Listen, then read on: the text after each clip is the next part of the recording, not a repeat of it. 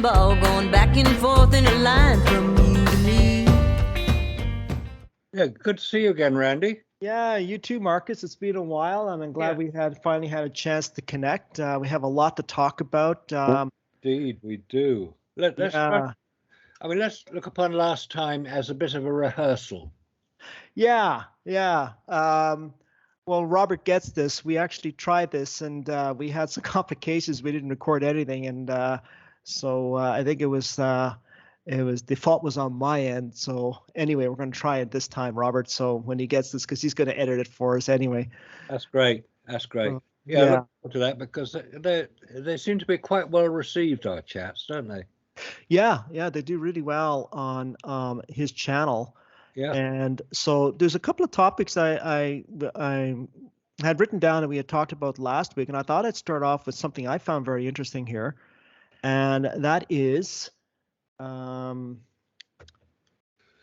book online by Trevor Weaver and Marcus Allen. I just happened to be looking, and I found The Apollo Moon Hoax, The Real Evidence, a Reference Guide to the Facts by Marcus Allen and Trevor Weaver. Marcus, you're an author. Yes. There's the book. That is that's excellent. I'm glad that you've done this. Can you tell us more about that? It's certainly it's definitely on my reading list. Well, it's basically a book which takes all the objections put forward by the alleged skeptic, the skeptics, people who challenge what we say when we claim that Apollo never happened, which it didn't. But they're the people who parrot NASA's responses. So what Trevor and I have done is to put together a collection of all the points that these people make. They say that we're wrong about what we say. And it's got 29 different chapters, such as keeping the secret. How do you keep 400,000 people from keeping a secret? Another one on not easier to fake it. People who say, well, it's easier to go to the moon than to fake it. Well, they don't know what they're talking about. The Saturn V rocket, which is something that you've been looking at in detail. The lost Apollo 13 capsule. We've covered, maybe we'll cover that as well. The lost Apollo 13 capsule. And here's the question. Here's your starter for 10. Anybody who can answer this question goes to the top of the class. How many of the Apollo command modules are on display for each mission? There were 6 missions. How many command modules are on display? And is there a command mission, an Apollo mission, of which there's more than one command module on display? Now, if anybody can answer that, they'll be doing very well. We give them 5 seconds. 5, 4, 3, 2, 1. No one answered. Nobody answered. Okay, let's answer it. There are 2 Apollo 13 command modules on display. One in Kansas and one in Michigan. We'll come to the details of that a bit later, maybe. Mm-hmm. Yes, yeah, very interesting details for sure. Yeah, then avoiding the radiation, which is a perennial subject. Yeah. The skeptics of our position say that, it's just like a couple of chest x-rays. No problem, no worry about it at all. That's not true. The transmission delays. Anyway, there's 29 chapters in this book looking at all the evidence that is put forward against the position we take, which is that Apollo never happened. Sounds like a very good read. It's basically a reference guide to the facts. Yeah, which is what we call it. So, yeah, it's certainly worth checking out because it gives you some of the clues. What I find interesting today is that there are more and more people that I talk to. All right, many of them know my position on Apollo, but none of them disagree with what I say. They claim, no, I don't see any evidence for Apollo happening the way that NASA says. That's basically what they claim. Most young people I speak to say, oh, of course it never happened. I mean, you can tell that if you look at the details. And young people are fairly well clued up in looking at images, looking at the NASA films, And of course, some of those NASA films are missing, aren't they? They're not available to look at, like the original transmission of the Apollo 11 moonwalk, the EVA, extravehicular activity. Exactly. And that's one of the things that I noticed when I was researching my first book. I came across online historians, space historians, and they admitted, even though they're staunch proponents of the Apollo missions, that there was gaps within the records, gap after gap after gap. And even with the microfilm, which has been cited as a response to my talking about this, and I've had, NASA proponents say, well, there's microfilm, it's all in microfilm. No, it's not, because I've quoted historians in my first book talking about microfilm, gaps within the microfilm. That had to be done by design. Yeah. On microfilm. Well, all of it's done by design, but that really speaks to some nefarious activity going on there. A lot of gaps everywhere. Everywhere you look, there's gaps in the record. Yes. and one of the most recognizable gaps that I've come across is how many people can point to a photograph of Neil Armstrong on the lunar surface. Not in the film, there's films of him because that was just a camera pointing out the window. Photographs of Neil Armstrong on the lunar surface. There are none. No. Well, that's not quite true. There's a reflection of him in allegedly Buzz Aldrin's visor. I say allegedly because we don't know it's Buzz Aldrin. Just because it says so on his chest doesn't mean it's him inside. And we don't know if it's in Armstrong either. No, exactly. Yeah. And the other one is that it was a panoramic series of pictures taken by Buzz Aldrin, which showed the back view of presumably Neil Armstrong attending to something on the lunar lander. And that's the sum total of the photographs of Neil Armstrong on the lunar surface. It's as if he didn't want to be photographed there. It's as if he didn't want to be connected with the fraud that was going on. Because has he ever answered, responded to a question about that, or not? I couldn't find anything. Do you know if he's ever responded to that? Well, the only response that I've seen, which is quite telling, is when Bart Sibrel approached Neil Armstrong and asked him to swear on a Bible that he had walked on the lunar surface. So what does Neil Armstrong do? He doesn't put his hand on the Bible and say, "Of course I walked on the lunar surface, you idiot. Haven't you seen the pictures and the films?" No. What Neil Armstrong does is turns on his heels and walks away. Yeah. He will not engage with Bart Sibrel, who was trying to get the moonwalkers, the series of Apollo astronauts who allegedly walked on the lunar surface, to swear on a Bible that they had done that. And I found that that's a very telling sign, a very telling situation. And it's also a very telling response to being reminded that you're living a lie. And some of the responses that Bart Sibrel, we all know the famous one with Buzz Aldrin, but some of the responses he got were just incredible. I mean, I felt almost embarrassed for not Bart Sibrel, but I felt embarrassed for the astronauts in the way they were responding. I think there was one or two that was civilized about it, but most of them were not. They were downright abusive. And it was if we're not hiding anything. We have nothing to hide. We're not lying. We're not lying. And it was their response that really confirmed the lie. Yes.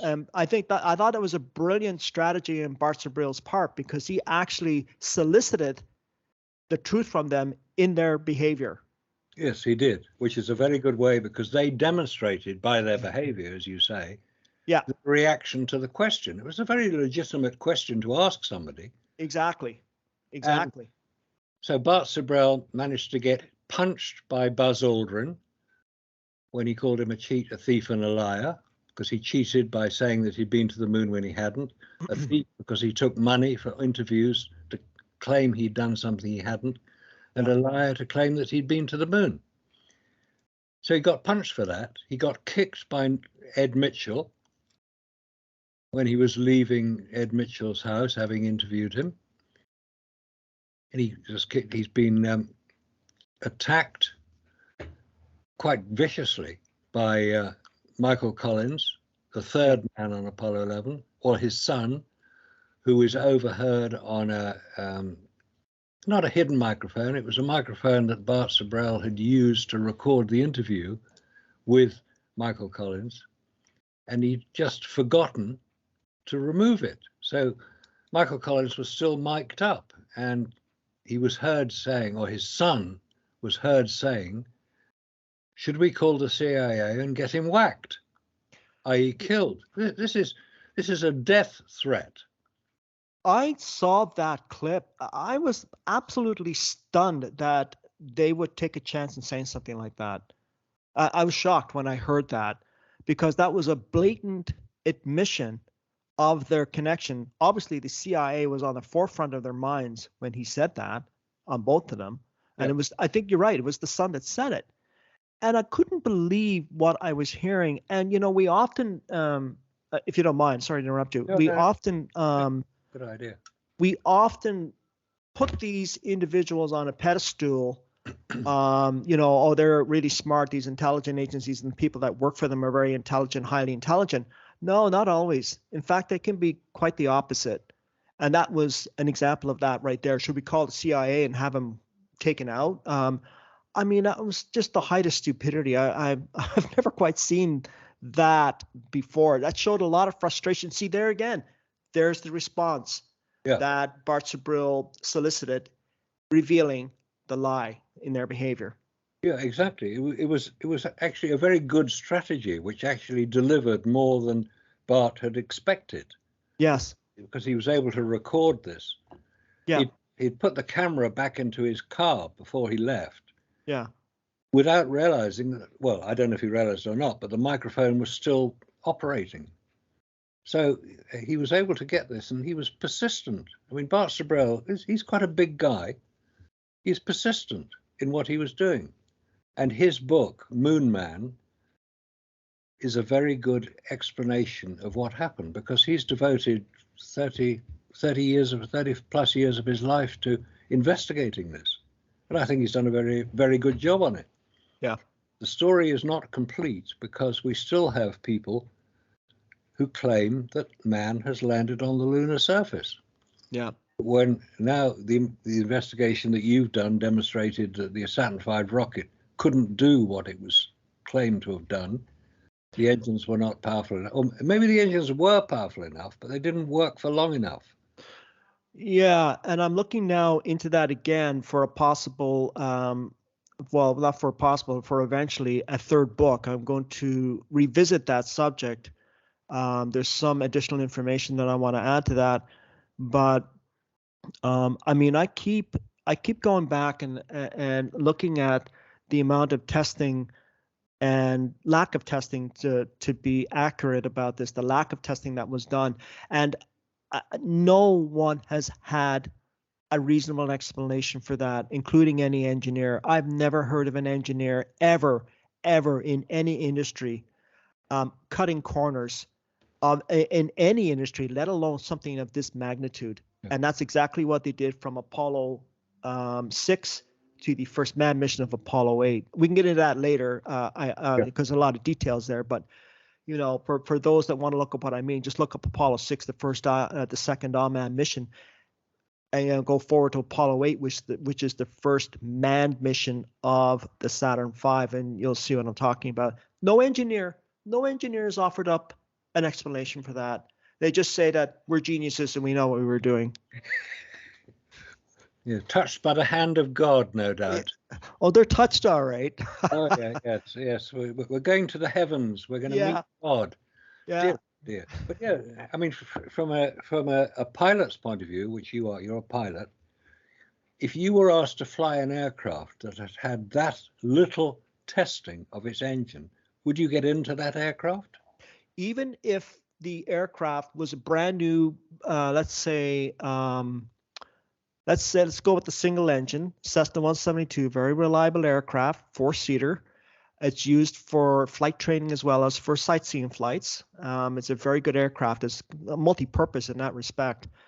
And Cessna has done a very good job at building and manufacturing, designing and manufacturing these aircraft for decades. So having said that, they have quite a reliable record, in terms of small aircraft. Very reliable aircraft, very reliable in terms of its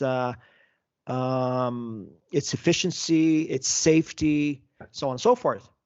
However, having said that, if an aircraft was produced tomorrow, a Cessna 172, right off the line, and Randy, here's this brand new aircraft. Oh, we didn't do any testing on it. We didn't test the engines. Like we didn't do any a 50-hour test because we know that it works because we have previous history, decades of the Cessna 172 performing perfectly. Would I fly it? One word, no. Quite right. Absolutely not. That aircraft has to go through testing before with a proper test pilot before me as an average pilot will get in and fly it. That plane has to be tested. There's no technology being what it is. Sure, you've got a track record, but every new piece of technology goes for cars as well, are tested to some degree. So absolutely no, I wouldn't fly it unless it had its proper testing done. Practical testing. Now I'm talking about not the actual static testing. I'm talking about testing in the air for the aircraft. Under flight conditions. Under flight conditions, and they take those aircraft through multiple environments, and they stress those aircraft. In fact, those aircraft are stressed beyond the limits according to the flight manual for safety reasons. Yeah, just to find out if it's going to break. Yeah, exactly.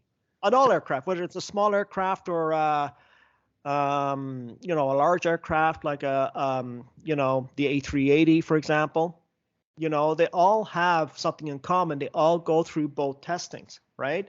Static testing as well as flight testing. And one other thing I'd like to point out, I wouldn't fly a home built. No. No, there's no way. There's no way I would fly a home built unless it was made by a manufacturer, and then of course it's not a home built. No.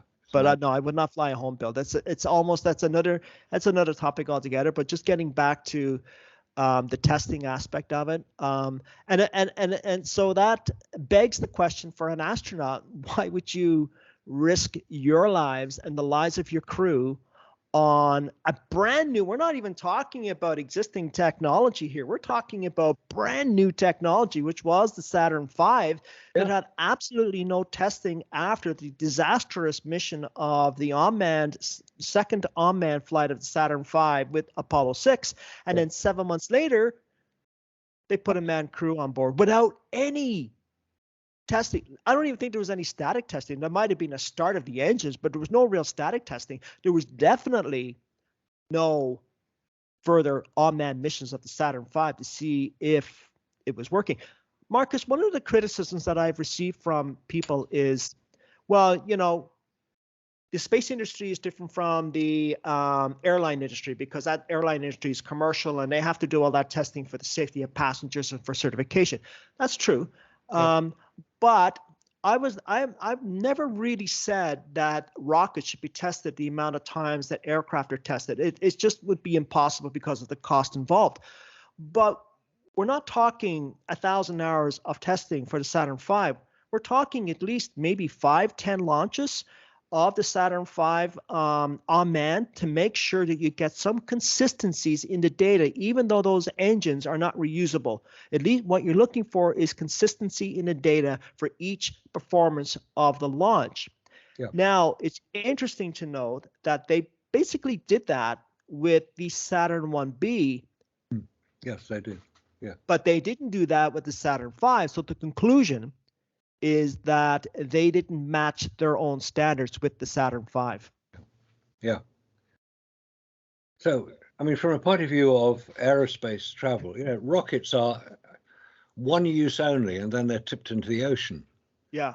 Planes are obviously different. They're commercial. Passengers get on them. Private individuals get on them.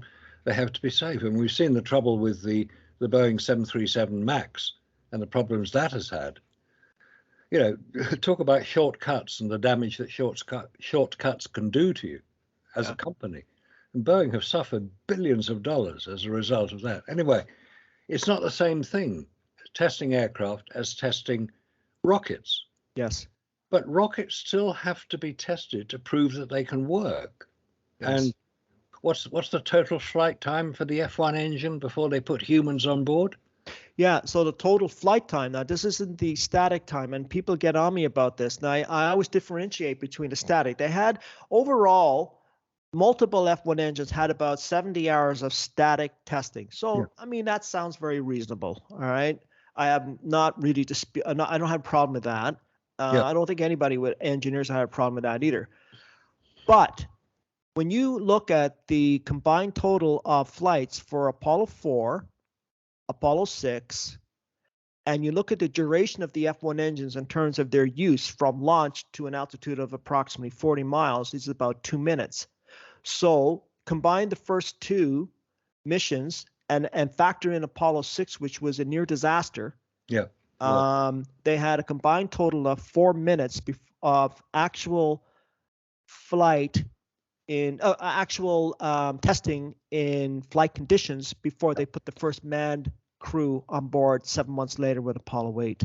Yeah, exactly. And that's definitely a recipe for disaster. Well, I think we probably saw that a disaster did happen eventually.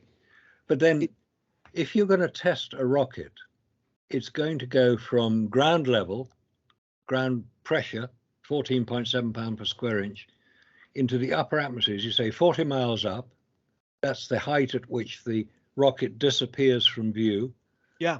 And 40 miles is what, 220 odd thousand feet. Correct. That's nearly space. Space is the Kármán line, which is 100 kilometers up, 60 miles. So it was not quite in space by that definition, but it was still in a very, very different atmospheric condition. Air pressure and the speed of the rocket through that air would have had an effect on the structure of the rocket. You have to have tested it under those conditions. It's all very well doing static testing. Yeah, you could fire the rocket, but it's still at ground level. It's still at 14.7 pound per square inch. How do you know how it's going to be affected when it's in a near vacuum near the Kármán line? You don't know until you put something there. And even though they had the vacuum chamber at the Sandusky chamber, the Glenn Research Center in Ohio, even though they had that, they didn't put the engines in it.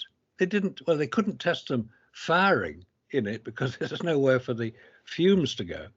But you'd think they'd have at least used a vacuum chamber to see what effect it had on the structure of the engine prior to firing it. No, they didn't do any of that. So there was so little testing done.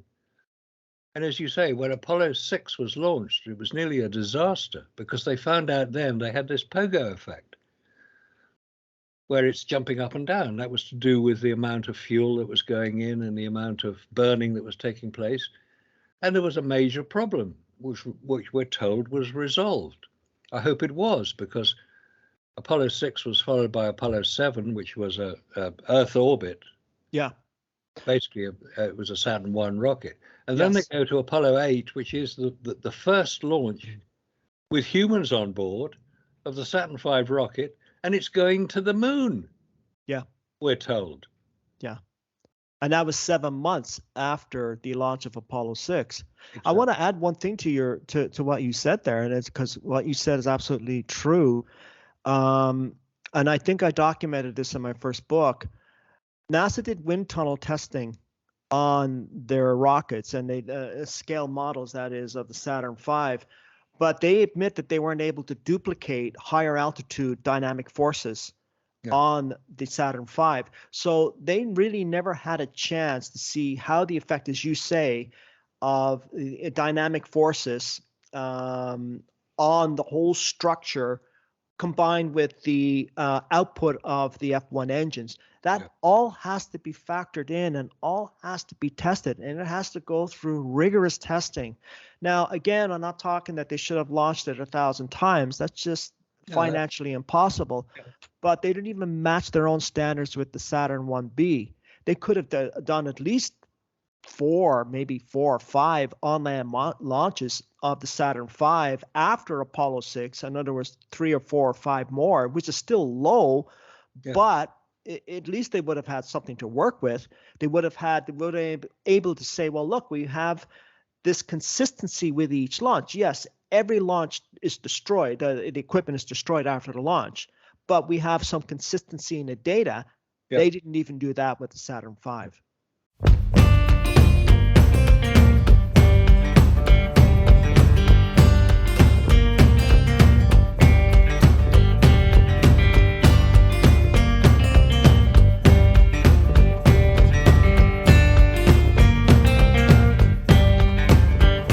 Your love's just like a wrecking ball going back and forth in a line